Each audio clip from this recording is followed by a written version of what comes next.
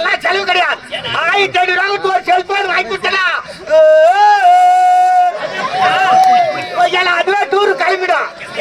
1500 ஒரு செல்போன் வாங்கி கொடுத்தனா ஒரே ஒரு மிஸ்டு கால். அவன் பைக் எடுத்துக்கிட்டு அந்த பக்கம், இது பேக் எடுத்துக்கிட்டு இந்த பக்கம். 6 மாசம் பத்து பார்த்தனா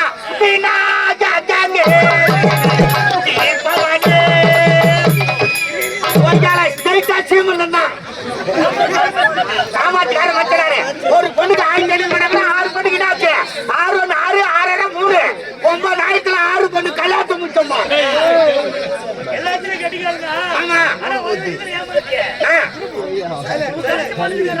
ஆமா என் கட்சி பொண்ணு சின்ன பொண்ணு ராதிகா ஒட்டி போடுற பொட்டிக்கார் வாங்க. நான் சின்ன பொண்ணு நம்பர் பொட்டிக்காரி அவங்க அவருக்கு மாமனாரா? நான் அவருக்கு மாமனாரா? நீ எனக்கு மறுப்புல. எங்க பையனுக்கு மறுப்புல. எங்க பையன் கட்டிட்டு சொன்னாப்ல சம்மந்தி சரியில்லையா? நான் உடம்புக்கு சம்பந்தம் வரணும்னா முதல்ல பல்லு இருக்கணும். அப்படியா? பல்லு கிடையாது, வாயே திறக்காத. ஓஹோ நானா எனக்கு ஒரு சம்பந்தியா 6 பத்திரிக்கு கல்யாணத்தை முடிச்சோமா? எல்லாம் பேர பேர் எடுத்துட்டாங்க. அப்பா இந்த நிலைமையில் இருக்கிறாரு, தாத்தா இந்த நிலைமையில் இருக்கிறாரு. அப்படி யாரும் வந்து பாக்குறது கிடையாது. நான் ஒரு 40 ஆடு வச்சுக்கிறேன். ஆடு கூட பட்டுக்கு சேர்த்தாவும் போடுது. நம்ம ராஜாஜி வரைக்கும் அது காலையில் வந்து 6 வரலாம் போட்டாந்து விட்டு ஏரிக்கார மேல உட்காந்துருக்கோம். புறாவுக்கு பயிரெல்லாம் வேச்சிட்டு வரும். தண்ணீர் பண்ணாது ஓட்டிட்டு கூடு போடுவேன். இன்னைக்கு யாரு பயிரில போய் இறங்கிச்சோ என்ன பஞ்சாயத்து வைக்க போதா? வா வா வா.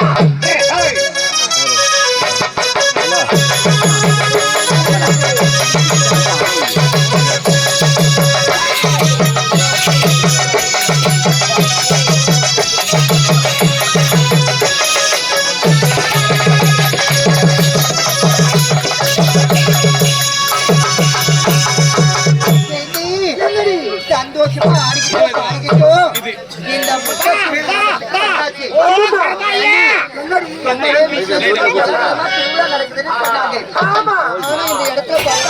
நடப்பது போலவே தெரியலையடி. என்ன எதுன்னு ஒன்றுமே புரியலடி. ஏண்டி பக்கத்துல யாரும் ஒரு பெரிய ஆடி வைக்கிறாரு, அவரை போய் பார்த்தா விளக்க முடியும். நீ ஓரமா இரு, பக்குவமா போய் நான் கேட்டுட்டு வாடி.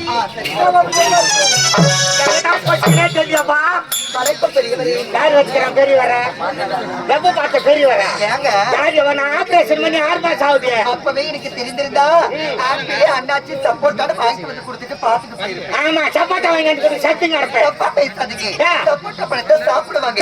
பணம் பழத்தை தான் சாப்பிடுவாங்க. புளியாம்பழத்தை கூட சாப்பிடுவாங்க. யார் பேசுறாங்க?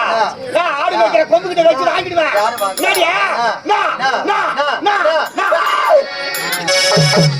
ஏறி மதுவாங்க தரக்குறா பாய்ங்க வாங்க.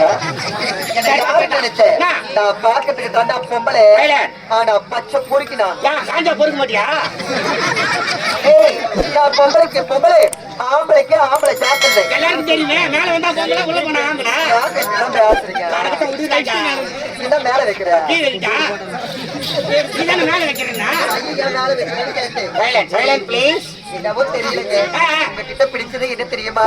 அந்த 2 பல்லும் இந்த பானை வயிறு தான். எனக்கு ஐடியா பண்ணலாம். பல்லுதான் என்னங்க அவனுக்கு மாமா மாதிரி விடுமா? எனக்கா? ஐயோ தடவு பசுமாடு வெறும் நின்று கிடக்குறேன். நமக்கு சௌகரியம் காட்டுக்கு கம்முனு. அப்படி எல்லாம் பேசாதீங்க. போன வரதான் எனக்கு கல்யாணம் ஆச்சு. கல்யாணம் ஆகி போச்சா? என்றாலும் பரவாயில்ல சொல்லு. வசதிக்கு அசதிக்கு வச்சுக்கிறேன். கல்யாணம் நடந்த பிறகு முதலிரவு ஒரு வெப்பாங்க. நானும் என்னுடைய கணவரை எங்க அப்பா அம்மா கல்ல விட்டு ஆசீர்வாதம் வாங்க. என் கணவர் ரூமுக்கு போயிட்டாரு. அதன் பிறகு எங்க அம்மா என் கையில பால் சொம்ப கொடுத்தாங்க. அமைதியா இருங்க ப்ளீஸ், கொஞ்சம் கோஆபரேட் பண்ணுங்க. இப்ப கோஆபரேட் பண்ணுங்க, கொட்டா பின்னால வந்து ஆபரேட் பண்ணுங்க. ஆமா சொல்லு ராஜா.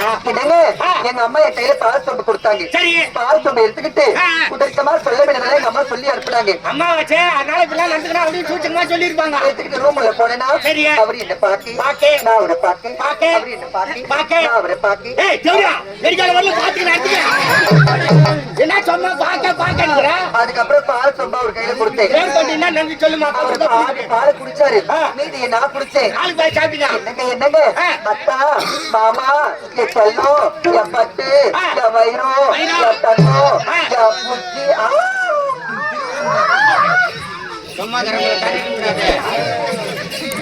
அதுக்கப்புறமா அப்புறம் அவங்க எமோஷன் அடிக்கிடுவாங்க. ஒரு பாதி குடிச்சாரா, அதன் பிறகு அத்தா அத்தா எனக்கு இருட்டா இருந்தா மட்டும்தான் பிடிக்கும், வெளிச்சமா இருந்தா பிடிக்கவே பிடிக்காது.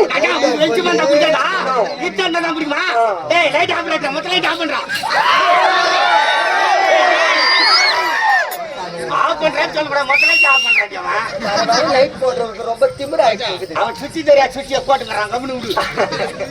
போக போக தெரியும் பொல்லாதவன் யார் என்று அவரு. அதன் பிறகு என் கணவர் நேரா போய் லைட் சுவிட்ச்ல கைய வச்சாரோ இல்லையோ அப்பவே சாப்பிட்டு வீட்டுக்காரரு சாக்கடிச்சு செத்துட்டாரா? தங்கச்சி நல்லா கிடையாமா? எனக்கு மாமா மாதிரி மாமா சொல்லிட்டு சுவிட்சில கை வச்சு நான் சாவா? ஐயோ இதுக்கு நாகதாசம் உங்களுக்கு தெரியாமா? வடியா ஆமா உங்க பேரு என்ன? ஐயா என் பேரா கேக்குறீங்க? ஆமா ஆமா நாங்க பக்கத்து கிராமத்தை சேர்ந்தவங்க. யாரா தள்ளிக்கிட்டு வந்துட்டீங்களா? எங்களை பார்த்தா பஜார் மார் மாதிரியா இருக்குது. இல்லம்மா ஆம்பளை சொன்ன இல்லம்மா ஆம்பளை சொன்ன எல்லாரும் வந்துக்கிறீங்களா? அப்படி எல்லாம் கிடையாது. நாங்கெல்லாம் நல்ல குடும்பத்துல போறோம். நாங்கெல்லாம் நாட்டார் குடும்பத்துல பிறந்தவங்களா? என்னங்க இந்த பக்கத்து கிராமமா விலகக்கூடிய ஒரு பொம்பளை இதெல்லாம் பாக்கத்து கிடையாது. பாடாதே கவுது தந்துங்க நாய்க்கு நோயாது.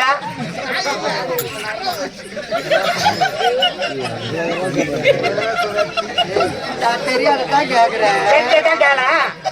எந்த புதிய வழியை சட்டாச்சு கேட்டு போறீங்களா? அவர் சொல்றாரு கதவு தாண்டு வைக்காதமா நாய்களே நாங்களே நாய் தான் சொல்றேன். நாய் நன்றி உள்ள பிரியாணி சொல்றீங்க. ஆமா ஆமா okay okay I like it.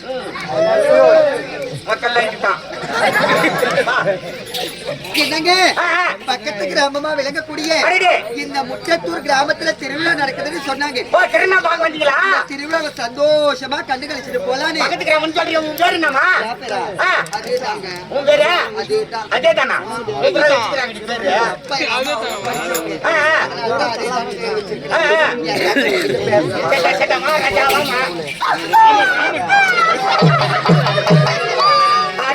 மாடு சரி என்ன கிராமம்